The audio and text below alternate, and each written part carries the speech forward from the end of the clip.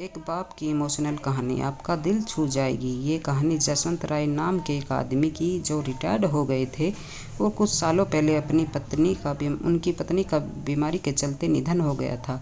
घर में वो और उनका बेटा मदन रहता था। मदन एक अच्छी कंपनी में जॉब करता था। जसवंत राय जी अपने आप को बहुत अकेला महसूस करते थे। उनकी ये अकेलेपन की फीलिंग ही नहीं थी। वो दिन भर घर में अकेले रहते थे और जब शाम को बेटा काम से वापस लौटता तब लैपटॉप और मोबाइल में लगा रहता। जसवंत जी उनसे बात करने के लिए, अपना मन हल्का करने के लिए तरस जाते। ऐसा काफ़ी लंबे समय से तक चलता रहा। जसवंत जी ने सोचा कि अब उन्हें ही कुछ करना पड़ेगा। उनके पास एक सिंपल कीपैड वाला फ़ोन था। उन्होंने अब एक नया एंड्रॉयड फ़ोन ले लिया। इस फ़ोन में उन्होंने एक सोशल मीडिया का यूज़ कैसे करना है वह सीखना शुरू कर दिया। शाम को जब उनका बेटा काम से घर आया तो उन्होंने उसे कहा, बेटा मुझे ज़रा सोशल मीडिया कैसे इस्तेमाल करते हैं सिखा दोगे? मदन उस रोज़ थोड़ा चिढ़ा हुआ नज़र आ रहा था।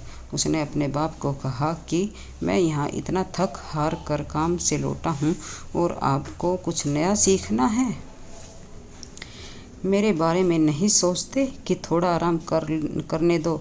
जसवंत जी ने अपने बेटे की बातें सुनते रहे, कुछ ना बोल पाए। उन्हें अंदर से बहुत बुरा लग रहा था, लेकिन वे अपने आंसू रोके हुए थे। अगले दिन सुबह जसवंत जी ने अपने बेटे के लिए उनके मनपसंद का नाश्ता बनाया। नाश्ता करते हुए बेटे का मूड अच्छा लग रहा था, इसलिए जसवंत जी ने फिर से उससे कहा कि बेटा मैंने सोशल मीडिया पर अकाउंट तो पड़ोसी के लड़के से बनवा लिया है। अब तू मुझे बता दे कि इस पर पोस्ट कैसे करते हैं। अपने बाप की बातें सुनकर इस बार मदन जोर जोर से हंसने लगा और कहने लगा, क्या पापा, आप भी इस उम्र में कहाँ सोशल मीडिया के चक्कर में पड़ रहे हो। आप धार्मिक किताबें पढ़ो, भगवान का नाम लो। इतना कहकर अपना नाश्ता ख़त्म करके मदन अपने काम के लिए निकल गया।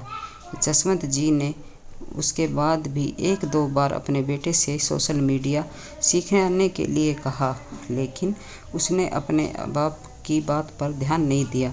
एक दिन रात को मदन पानी पीने के लिए उठा तो उसने देखा कि उसके पापा की कमरे की लाइट चालू है। उसे थोड़ी चिंता हुई, इसलिए उसने खिड़की से झांक कर देखा तो उसके पापा मोबाइल पर सोशल मीडिया पर कुछ पोस्ट कर रहे थे। वह वहां से अपने रूम में चला गया और सो गया। मदन सवेरे नींद से जागा और उसने अपना सोशल मीडिया चेक किया तो वहां पर उसके पापा की फ्रेंड रिक्वेस्ट आई थी। फ्रेंड रिक्वेस्ट एक्सेप्ट करने के बाद जब मदन ने अपने पापा का अकाउंट चेक किया तो उसमें सबसे पहली पोस्ट थी। उसमें उसी के बचपन की फ़ोटो डाली हुई थी और लिखा था, हैप्पी बर्थडे बेटा।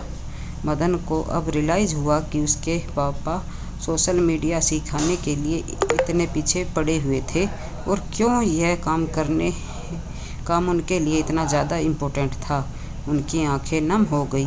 वो सीधे अपने पापा के कमरे में गया और उनके गले लगाकर उनसे माफ़ी मांगने लगा। दोस्तों, हम उन चीज़ों को ज़्यादा महत्व देते हैं जो कीमती है, लेकिन अमूल्य चीज़ों को अनदेखा कर देते हैं। माँ बाप और बाकी रिश्ते, इनको कोई भी कितनी भी कीमत देकर कभी खरीद नहीं सकता। इसलिए इनकी वैल्यू करना शुरू करो। माँ बाप से अच्छा कोई दोस्त नहीं है इस दुनिया में। तो दोस्तों, ये थी एक छोटी सी कहानी। आपको कैसी लगी कमेंट करके ज़रूर बताना। तो मिलते हैं तब अगली कहानी में। तब तक के लिए आप सभी को जय माता दी।